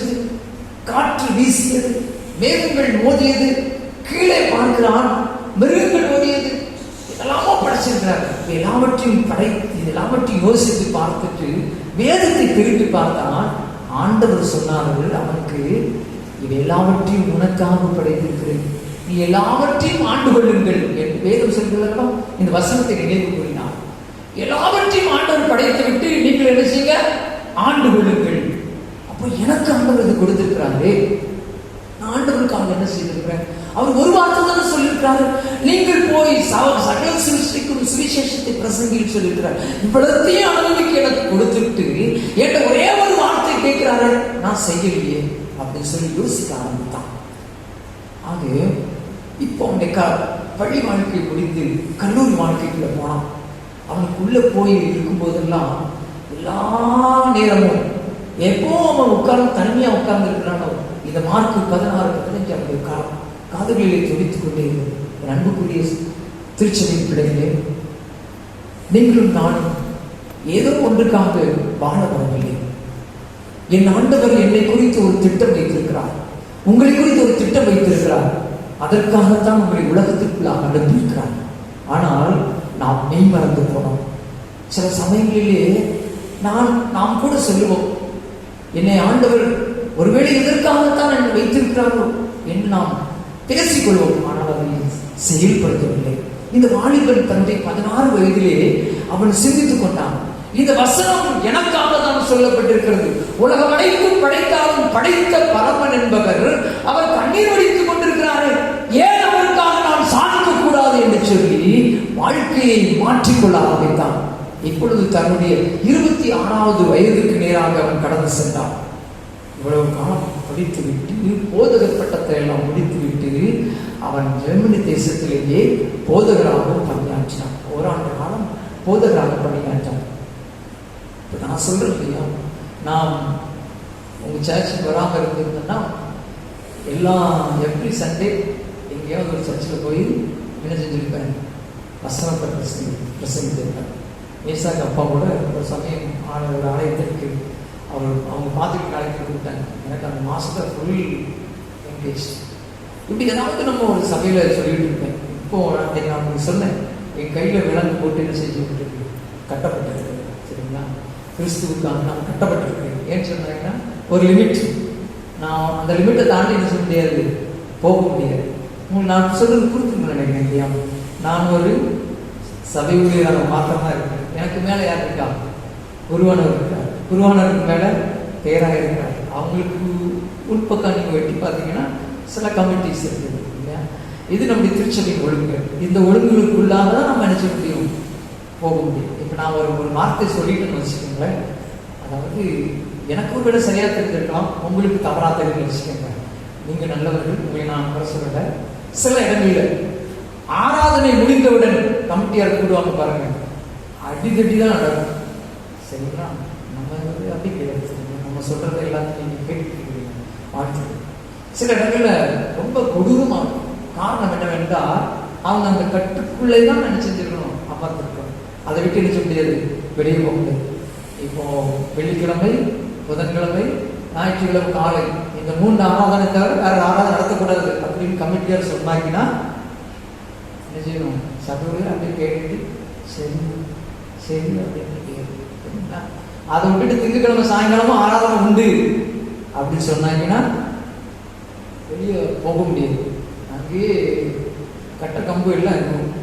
ஆலயத்தில் 2 வருஷம் பண்ணாலும் சரி அந்த கட்ட கம்பு எல்லாம் கிடக்கும். அடிவாங்கின சபை ஊழியர்கள் உண்டு. சரிங்களா? போராட்டம் நடத்தப்பட்ட சபைகளும் உண்டு. ஆனால் நம்முடைய திருச்சபை அப்படிங்கிறது திங்கக்கிழமை ஆராதனை சொல்லியாச்சு, எந்த சத்தமும் இல்லை இல்லையா? வெள்ளிக்கிழமை ஆராதனை சொல்லியாச்சு, ஞாயிற்றுக்கிழமை ஆராதனை சொல்லிச்சு. என்ன அருமையாக கூடியிருந்திருக்கு பார்த்தீங்களா? இது இறைவன் கொடுத்த இலவசமாக கொடுத்த கிருபை. இப்படி அவர் யோசித்தார். நான் சொல்ற மாதிரியே பெண்கள் தொகையை யோசித்தார். நான் ஒரு கட்டுக்குள்ளாக கட்டப்பட்டிருக்கிறேன். இந்த கட்டுக்களுக்குள் இருந்து என் சுவிசேஷத்தை, ஆண்டோடைய சுவிசேஷத்தை என்னால் நினைச்ச முடியாது, சொல்ல முடியாதுன்னு சொல்லிட்டு போதகர் பட்டத்தை திறந்து விட்டு வெளியே விட்டேன். எனக்கு இது தேவையில்லை. எனக்குள்ளாக இருக்கிறது ஒரே ஒன்று, சுவிசேஷம். இந்த தாகம் தான், இந்த தாகத்துல தான் இருக்கணும். சரிங்களா? எனக்கு இந்த திருச்சபையில இருக்கு கொடுக்கப்பட்டிருக்கிற அந்த சபட்டாப்புல ஒரு பேர் இருக்கு பார்த்தீங்களா, இந்த பேரோட நான் எங்க ஊழியத்தை முடிச்சுட்டு போனேன். எனக்கு ஐயோ, ஒரு நாள் என்னிடத்துல ஆண்டவர் கணக்கு கேட்பாரு. என்ன நீ போய் அங்கே போட்டுட்டு சும்மா வேதத்துல சொல்லிருக்கா நீ போன ஆண்டவர் கணக்கு கேட்பாரு. அப்போ நான் பதில் சொல்லணும். அது வரல, எனக்கு கொடுக்கப்பட்ட காலத்திலே ஒரு புதிய ஆத்மாவையாவது நான் ஆண்டவருக்கு நேராக என்ன செய்ய வேண்டும், கொண்டு வர வேண்டும். அதற்காகத்தான் நான் பாடுகிறேன். இங்கே அதைத்தான் அவர் இங்கிருந்து உதவி செய்தார். சரிங்களா? அப்போ என்ன செய்தார் அப்படி பணியை தொடர்ந்து விட்டு அவர் மேலை நாட்டிலிருந்து இந்தியாவை நோக்கி பார்க்க ஆரம்பிச்சார். இந்தியாவை நோக்கி பார்க்க ஒரே முதல் குழந்தை இவர் தான். அம்மா அப்பாட்ட போய் சொன்னார். என்ன சொல்லியிருப்பாங்க? செல்லமா பெற்றெடுக்க, பாலூட்டி சீராட்டி வளர்க்க, எவ்வளவு தூரத்துக்கு போக போறார் அப்படின்னு சொல்லியிருப்பாங்க. அனுப்புவீங்களாக்கா உங்க பிள்ளைங்க? முடியாது இல்லையா? அனுப்பாம சொல்றாங்க, அனுப்ப முடியாது இல்லையா?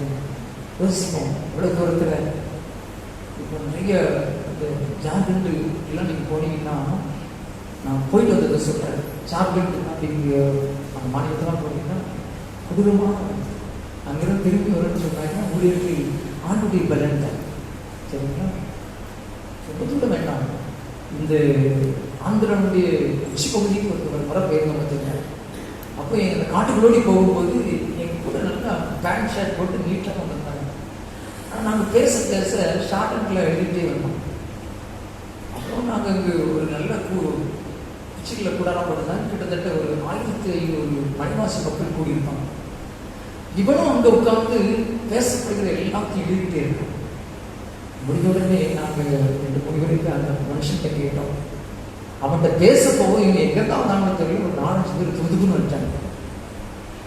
எங்களுக்குள்ள கொஞ்சம் டைப்படிக்க ஆரம்பிச்சுட்டு செத்தோம். அவங்க யார் அப்படின்னு சொல்லி கேட்டாங்கன்னா, இங்கிலீஷ் 30 சொல்லி தான் கொண்டு போனாங்க. எல்லாரும் இந்த ஐடி கார்டு வச்சுக்கோங்க. விசுவானிலிருந்து அந்த முதல் இருந்தோம். எல்லாரும் ஐடி கார்டு வச்சுக்கோங்க. நிறைய நக்சலைட்டுகள் வந்து அவங்க வருவாங்க. அவங்கள்ட்ட நம்ம ஆளுக்கு அப்படின்னா தான் வருவாங்க அப்படின்னு சொல்லியிருந்தாங்க. நான் கேட்கல மெதுவாக சொல்கிறது. சரி, எனக்கு பிரதமதியத்திற்கு தெரியப்படாது. அப்போ அப்படி போயிட்டு இருக்கும்போது அவங்கள்ட்ட போய் கேட்டோம். அவர் சொன்னாரு, கிறிஸ்துவை தவிர வேறொன்று நீங்கள் மக்களுக்கு சொல்லக்கூடாது. ஏன்னா அவங்களுக்கு அடிமையாக அவங்க தான் நினைச்சாங்க. கிறிஸ்துவை தவிர வேறு எந்த வார்த்தைகளும் வரக்கூடாது. அதாவது நக்சலை பற்றியும் தீவிரவாதத்தை பற்றியும் அவங்ககிட்ட போதிக்கக்கூடாது. அப்படின்னா தான் நீங்கள் திரும்பி போக முடியும். தப்பிச்சோம் அப்படின்னு சொல்லி இடத்த காலி பண்ணிட்டு அவங்க இப்படிப்பட்ட ஒரு தேசத்துக்கு போகும்போது ஒரே ஒரு பிள்ளையை பெற்றெடுத்த அந்த பிள்ளையை அவங்க அனுப்புறதுக்கு எவ்வளவு யோசித்திருப்பாங்க.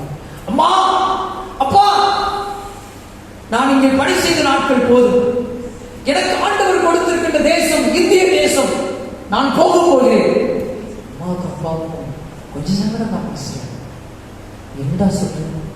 நிஜமா சொல்றியா? ஆமா. என்னுடைய போதக பட்டத்தையும் நான் திறந்தேன். இந்த ஜெர்மனி தேசத்திலே வாழ வேண்டிய வாழ்க்கையை நான் முற்றிலும் திறந்து விட்டேன்.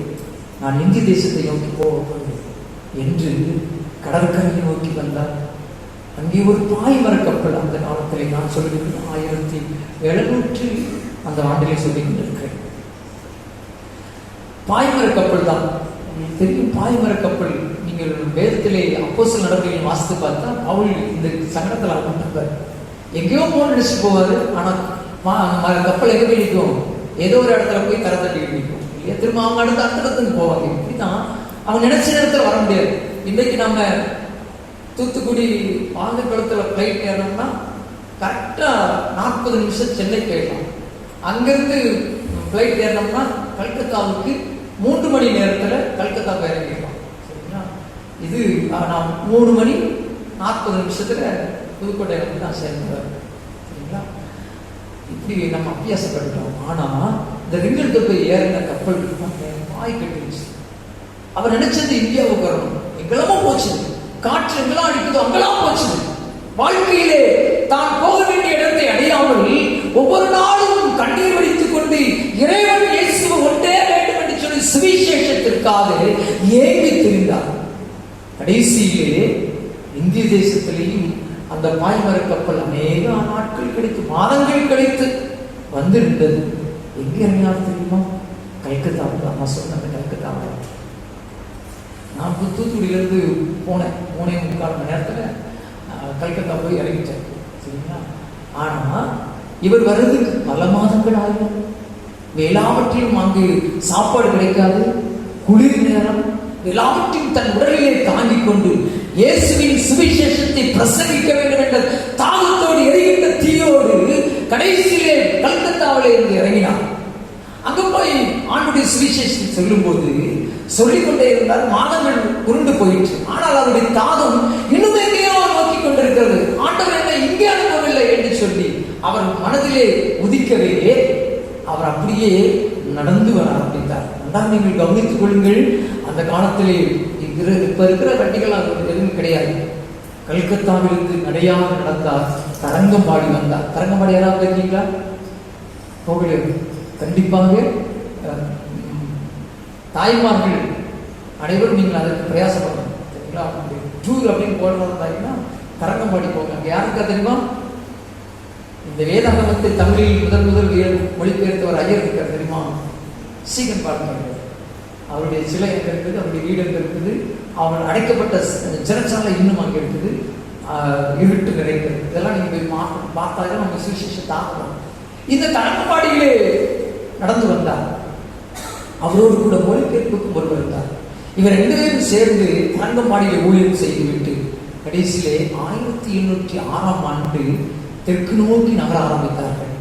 நடந்து நடந்து நடந்து நடந்து திருநெல்வேலி வழியாக ஊழியத்தை நிறைவேற்றிவிட்டு கன்னியாகுமரி அந்த பகுதிக்கு வந்தார். நான் திருநெல்வேலியை கடந்து போகிறேன். சரிங்களா? திருநெல்வேலியில் ஊழியத்தை எல்லாம் விட்டு விட்டு நான் கன்னியாகுமரிக்கு நான் அழைத்து சென்றேன். கன்னியாகுமரியை நோக்கி நடந்து சென்றார்கள். நடந்து வந்த களைப்பு யாருக்கு தான் முடியும் இல்லையா? நடந்து நடந்து நடந்து அவருடைய கால்கள் எல்லாம் களைத்து போல் ஆங்காங்கே மடம். நீங்க திருச்செந்தூர் போறீங்கன்னா அங்கே ஒரு கல்லெல்லாம் கட்டி வச்சிருக்கோம். பார்த்தீங்கன்னா அதுல இளைப்பாறலாம். இது மாதிரி அவர் நடந்து போற சமயங்கள் எல்லாம் அங்கே காண்கின்ற அந்த மடத்திலே அவர்கள் அயர்ந்து இளைப்பாறினார். இப்படி கடைசியாக கன்னியாகுமரி மாவட்டத்திற்குள்ளாக இருக்கின்ற ஆரல்வாய்மொழி இப்போது இருக்குது. நீங்க அந்த பகுதியை கடந்துதான் நாம் அங்க போக முடியும். ஆரல்வாய்மொழி என்கிற இடத்திலே அவர் கால் பதித்தார். அப்படியே நீங்க பாத்தீங்கன்னா இப்பெல்லாம் அங்கே போகும்போது சுத்தி கொண்டே இருக்கும். என்னது? காற்றாக இல்லையா? அப்போ அது கிடையாது. மரங்கள் குன்றுகள் மழுக்குழி இதெல்லாம் பார்க்கிறார். என்ன செழிப்பாக இருக்கிறது, ஆனால் மக்கள் செழிப்பாக இல்லை என்று ஏங்கினார். ஏங்கி இறைவன் இயேசுவை குறித்து ஒவ்வொருத்தையா சொல்ல ஆரம்பிச்சார். பொறுப்பாங்க நான் கட்டுப்படுத்த புறமதித்தர் அங்கே நிறைவேற இருந்ததுனாலே அவர்கள் எல்லாரும் இவனை பார்த்த உடனே இவன் இயேசுவை குறித்து சொல்ல வருகின்றான் என்று கேள்விப்பட்டு அவனை நெருக்க ஆரம்பித்தார்கள். இப்படி நெருக்கிக் கொண்டிருக்கும் பொழுது அவன் கடந்து கடந்து கடந்து ஒவ்வொரு இடமாக சென்றார். கடைசியில் அந்த ஆரல்வாய்மொழியிலே ஒரு அம்பலம் வந்தது. அம்பலம் என்றால் அந்த கல் தங்குகின்ற இடம். அதில் போய் அயர்ந்து படுத்து விட்டார். இந்த செய்தி காட்டு தீ போல பரவியது. இயேசுவை குறித்து ஒருவன் அறிவிக்க, அதுவும் வெள்ளைக்கான தேசத்திலிருந்து ஒருவன் வந்திருக்கிறான். இவன் இயேசுவை அறிவித்துக் கொண்டிருக்கிறான். அவன் எங்கெல்லாம் சொல்லுகின்றார்களோ அங்கெல்லாம் மக்கள் கூட்டம் கூட்டமாக இயேசுவை இருக்கிறாங்க, ஏற்றுக்கொள்கிறார்கள். இந்த செய்தி காட்டு தீ போல பரவியது. அப்போ இந்த புறமதத்தில் உள்ளவங்க இருக்காங்க பாருங்க, அவங்கள தீவிரமானவங்க ஏராளமா கூட்டமானவங்க. அவங்க எல்லாம் போய் இவர் நெருக்க ஆரம்பிச்சாங்க. தடிகளோடு வந்து அவர் நெருக்க ஆரம்பிச்சாங்க. அந்த சமயத்திலே ஒருவன் நேரடியாக நீதிபதிக்கு முன்பதாக சென்று, நம்முடைய பகுதியிலே ஒரு வெள்ளைக்காரன் ஒருவன் வந்திருக்கிறான், அவன் இயேசு கிறிஸ்துவை பற்றி அறிவிக்கிறான், எனவே அவனை தேசத்திலிருந்து விரட்ட வேண்டும் என்று சொல்லி அவன் தீர்ப்பை பெற்றுக்கொண்டு ஓடி வருகின்றான் ஒரு கூட்டம். அந்த தீர்ப்பை பார்த்தவுடன் அவர் கண்ணீர் வடித்தார். என் தேசத்து மக்களுக்கு வார்த்தை கவியுங்கள், என் தேசத்து மக்களுக்கு. அவர் எங்கிருந்து வந்திருக்கிறார்? ஜெர்மனியில் வந்திருக்கிறார். அவர் சொன்ன வார்த்தை, ஒரு குறிப்பில் எழுதப்பட்ட வார்த்தை நான் சொன்னேன், என் தேசத்து மக்களுக்கு என் ஆண்டவரை பற்றி கற்றுக் கொடுக்க முடியவில்லை, இருளில் வாழ்ந்து கொண்டிருக்கிற ஜனங்களுக்கு வெளிச்சத்தை சொல்ல முடியவில்லை என்று கண்கலங்கினார். இந்த சம்பவத்தை அடிப்படையாக கொண்டுதான் அங்கே அந்த கன்னியாகுமரி மாவட்டத்தில் போகும்போது ஒரு மலையடிவாரத்திலே முட்டி அடிசான் கோயில் என்று சொல்லி ஒரு பாறை இருக்கு. சரிங்களா, இதெல்லாம் நீங்கள் பார்க்கணும். அதில் ஒரு ஆண்டவரை ஏற்றுக்கொண்டு புதிதாக ஏற்றுக்கொண்டு பிராமணர் அந்த இதில் உள்ளவங்க ஆண்டவரை ஏற்றுக்கொண்டு அவர் ஆண்டவரை ஏற்றுக்கொண்ட அப்படின்னாலே அங்கே உள்ள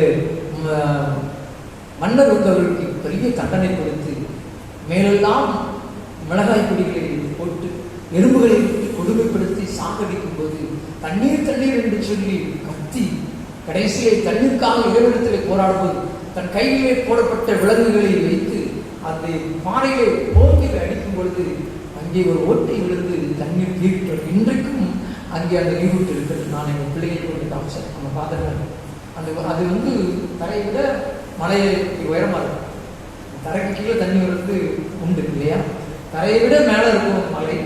அந்த மலையில் ஒரு குழி, இப்பவும் அந்த குழி இருக்குது. அது உள்ள தண்ணி இன்னும் செஞ்சுருக்கு, பற்றாமல் இருக்குது.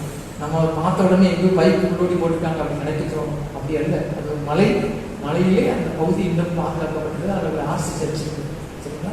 இப்படியெல்லாம் கொடுமைப்படுத்தப்பட்டார்கள். இந்த கொடுமைக்குரியதான் இந்த ரிம்பிள் தொகையும் கொடுமைப்படுத்தப்பட்டார். கண்ணீரோடு அழுது கொண்டு 6 ரூபாய் மொழியை கடந்தார். 6 ரூபாய் மொழியை கடந்து அதற்கப்புறம் இருக்கிற இன்றைக்கும் இருக்கிறது மயிலாடி என்ற ஒரு கிராமம். இந்த கிராமத்துக்குள்ளே நுழைந்தார். அங்கேயும் போய் ஆண்டவரை அதிகமாய் பிரசங்கித்தார். பாடல்களை பாடினார், இனிப்புகளை கொடுத்தார், இயேசுவை பற்றி அதிகமாக சொன்னார். ஏராளமான ஜனங்கள் ஆண்டவரை ஏற்றுக்கொள்ள ஆரம்பித்தார்கள். கழுத்தின் ஊடே அங்கேயும் போய் படுத்தார். அப்போதான் படுத்திருக்கும் போது வேகமாக ஒருவன் வந்தான். கொடிய மீசை வைத்துக் கொண்டு கையிலே ஈட்டியை வைத்துக் கொண்டு வெள்ளைக்காரா நாயே பண்டிகையே என்று திட்டிக் கொண்டு வேகமாக ஓடி வந்தான். இவர் கண் விழித்து பார்த்தார். கொடூரமான மனிதன், மிக கொடூரமான மனிதன். ஈட்டியை அவனுடைய நெற்றிக்கு நேராக தூக்கி கொண்டு கொடூரமான மீசை துடிக்கு கண்கள் எல்லாம் சிவந்து போயிருக்க அவனை பார்த்து சொல்லுகிறான், உன் ஈரக்குலையை எடுத்து திட்டான் வழியே என் கோபம் தீராது என்று கர்ஜிக்கிறான். இவருடைய கண்கள் மாற ஆரம்பித்த தனியான ஒரு மனிதன் எங்கிருந்தோ ஒருவர் வந்திருக்கிறார். ஆனால் இயேசு அறிவிப்பு என்று தான் அவர் ஒன்று தீங்கு செய்யவில்லை. அவன் மீண்டும் கட்சித்தான். வெள்ளைக்காரன் பண்டிகையே, இதோ என் ஈட்டி உன் நெஞ்சை நோக்கி வருகிறது என்று ஓதி குத்த போகிறான். அடுத்த வாரம் பார்ப்போம். சரிங்களா? என்ன சொல்லி அடுத்த வாரம் பார்ப்போம். இந்த இப்படிப்பட்ட வெற்றி தொகை தன் வாழ்க்கையில் இயேசுவுக்காக என்று சொல்லிதான் கீழே புறப்பட்டவன்.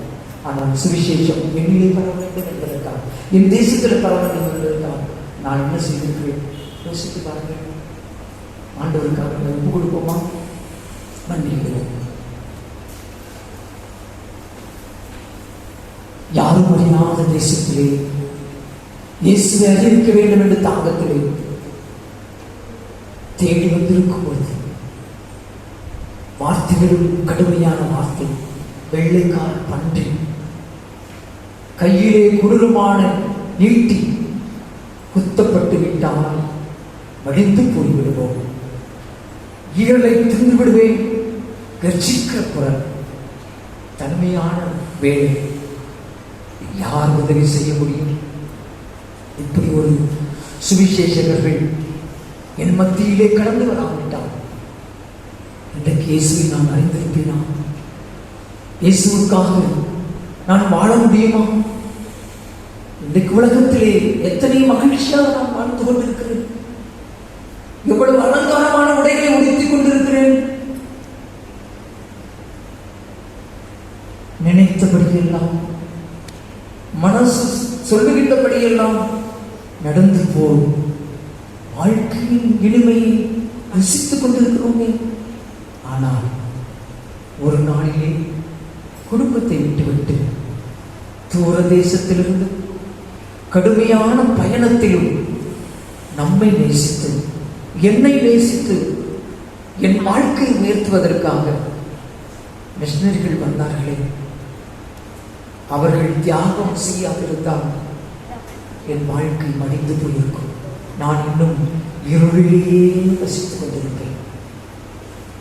என்னை கேட்டுக்கொண்டிருக்கிற திருச்செல்வர்களே, ஆண்டவருக்கு நம்மை ஒப்புக் கொடுப்போமா? எவ்வளவு கொடூரமான காரியத்திலும் இயேசுவின் பணியை செய்திருக்கிறார்கள். நான் இதில் ஒரு சிறு பகுதியாவது ஆண்டவருக்காக செய்திருக்கிறேன். ஆண்டவருக்கு ஒப்புக் கொடுப்போமா? நேசிக்கிற ஆண்டவரே, மகிமையான ராத்திரிகளுக்காக உமக்கு நன்றி செலுத்துகிறோம். இம்மட்டுமாக பாடல் பாடி உம்மை ஆராதனை செய்து மிஷனுடைய வாழ்க்கையிலே ஒரு பகுதியை நாங்கள் கேட்கும்படியாக கிருபை செய்து உமக்கு நன்றி செலுத்துகிறோம். அப்பா, உம்முடைய வார்த்தைகள் வல்லமையான எங்கள் வாழ்க்கையிலே ஊடுருவி கொண்டிருப்பதற்காக ஸ்தோத்திரங்களை ஏற்படுகிறோம். எவனொருவன் எதிர்த்து வந்தால் அவன் நடுவே நின்று ஆண்டவரை விடுதலையின் நாயகனாக விடுதலை அருள் செய்கிற ஆண்டவராய் உங்களுடைய சுவிசேஷத்தை இந்த உலகத்திற்கு அளித்தீரே. விசேஷமாக என்னையும் எங்களையும் தெரிந்தெடுத்து ஆண்டவரை ஒளிவுள்ள வாழ்க்கைக்கு நேராக வழிநடத்துகிறே. உமக்கு நன்றி செலுத்துகிறோம், உண்மை ஸ்தோத்திரிக்கிறோம். எங்களுடைய திருச்சபைக்காக நன்றி ஆண்டவரே. தூய தோமாவின் திரு ஆணையத்திலே உங்களுடைய திருமைகளாக நாங்கள் ஆண்டவரே உண்மை பாடத்தக்கதாக திறந்த வாசலில் எங்களுக்கு தந்திருக்கிறது. உமக்கு நன்றி செலுத்துகிறோம் ஆண்டவரே. எங்களில் ஆண்டவரே ஜீவன் குறையும் முன்னே, எங்களில் பலம் குன்றி போகும் முன்னே எதையாவது நான் சாதிக்க வேண்டும் என்று சொல்லி ஆண்டவரை ஒப்புக் கொடுக்கின்ற பேசுகின்ற தங்கள் இருதயத்திலே தாகத்தோடு அமர்ந்திருக்கின்ற ஒவ்வொரு பிள்ளைகளையும் ஆண்டவரை வேலையிலே சந்திக்கும்படியாக சொல்லிக்கிறேன். என் ஆண்டவருக்காக எதையாவது தன் வாழ்விலே சாதித்து ஆண்டவரே உம்மை மகிமைப்படுத்தும்படியாக அமர்ந்திருக்கிற ஒவ்வொரு பிள்ளைகளையும் ஆண்டவரை தேர்ந்தெடுக்கும்படியாக சொல்லிக்கிறேன். ஆண்டவருடைய அளவில்லாத ஆசீர்வாதங்கள் மகிமையும் உம்முடைய பிள்ளைகளை தொடுவதாக அப்படி அப்படி செய்வதற்காக உமக்கு நன்றி செலுத்துகிறோம். ஏதோ வந்தோம், ஏதோ வாழ்ந்தோம் என்று வெறுமையாக உம்மை காணாதபடிக்கு ஆத்துமாக்களை கொள்ளை பொருளாக கொண்டு ஜீவனுள்ள கிரீடத்தை வாழாத கிரீடத்தை நாங்கள் பெற்றுக் கொள்ளும்படியாக அமர்ந்திருக்கிற ஒவ்வொரு ஜனங்களையும் என் ஆண்டவர்கள் பிரத்யேகமாக சந்திப்பீராக. ஆண்டவருடைய வார்த்தையினுடைய பிள்ளைகளை பலப்படுத்தட்டும். சிறு பிள்ளைகளுக்காக ஜெபிக்கிறேன் ஆண்டவரே.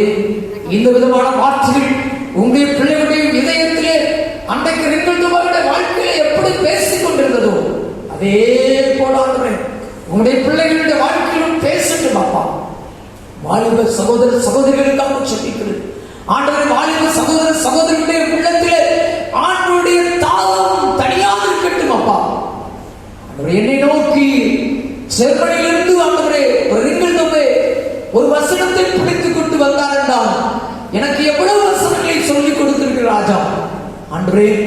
வாலிப வயதிலே நீர் கொடுக்கிற இந்த சத்தியங்கள், வேத வார்த்தைகள், மிஸ்டருடைய வாழ்க்கை வரலாறுகள் உங்களுடைய பிள்ளையுடைய வாழ்க்கையை தட்டி எழுப்பட்டும் ஆண்டவரே. அவர்கள் பெரியவர்களாகும் போது இந்த உலகத்திலே திருச்சபையின் தூண்களாகும் போது யாரோதான் என்று அல்ல ஆண்டவரே, ஏதோ வாழ்ந்தோம் என்று அல்ல ஆண்டவரே, வாழ்க்கை முழுவதும் சுவிசேஷத்திற்காக அர்ப்பணிக்கத்தக்கதாக ஆண்டவர் மெய்யாகவே இடைவிடுபடியாக ஜெபிக்கிறேன். இந்த உலகத்தின் சடங்காச்சாரங்கள், திருச்சபையின் சடங்காச்சாரங்கள் அனைத்திலும் பங்கு கொள்ளாதபடிக்கு ஆண்டவர் மெய்யாகவே உங்களுடைய ஊழியத்தை உங்களுடைய வசனத்தை நேசிக்க ஆண்டவர் வீழ்த்தார். வயோதி நிலவில் இருக்கிற பிள்ளைகளுக்கு ஆட்சிக்கிறேன் ராஜா.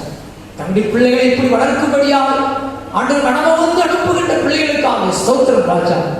ஆலயத்தில் சொல்லப்பட்ட காரியங்கள் மூலமாக தன் பிள்ளைகளுடைய வாழ்க்கை செழித்து காணப்பட வேண்டும் என்று ஆண்டவரே விரும்பி வந்திருக்கிற ஒவ்வொரு பெற்றோரையும் ஆண்டவர் ஆசீர்வதித்திருக்கிறோம்.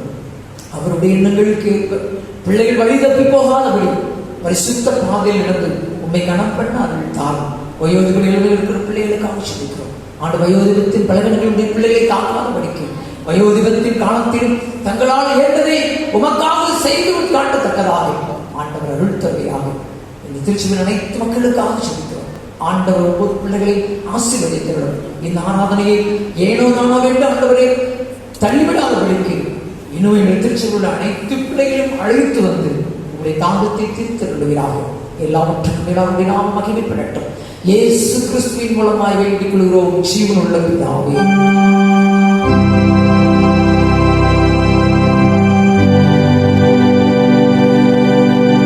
நம்முடைய கர்த்தராகிய இயேசு கிறிஸ்துவின் கிருபையும் பிதாவாகிய தேவனுடைய அன்பும் தூய ஆவியானவருடைய ஐக்கியமும் நம் அனைவரோடும் கூட எப்போதைக்கும் இருப்பதாக.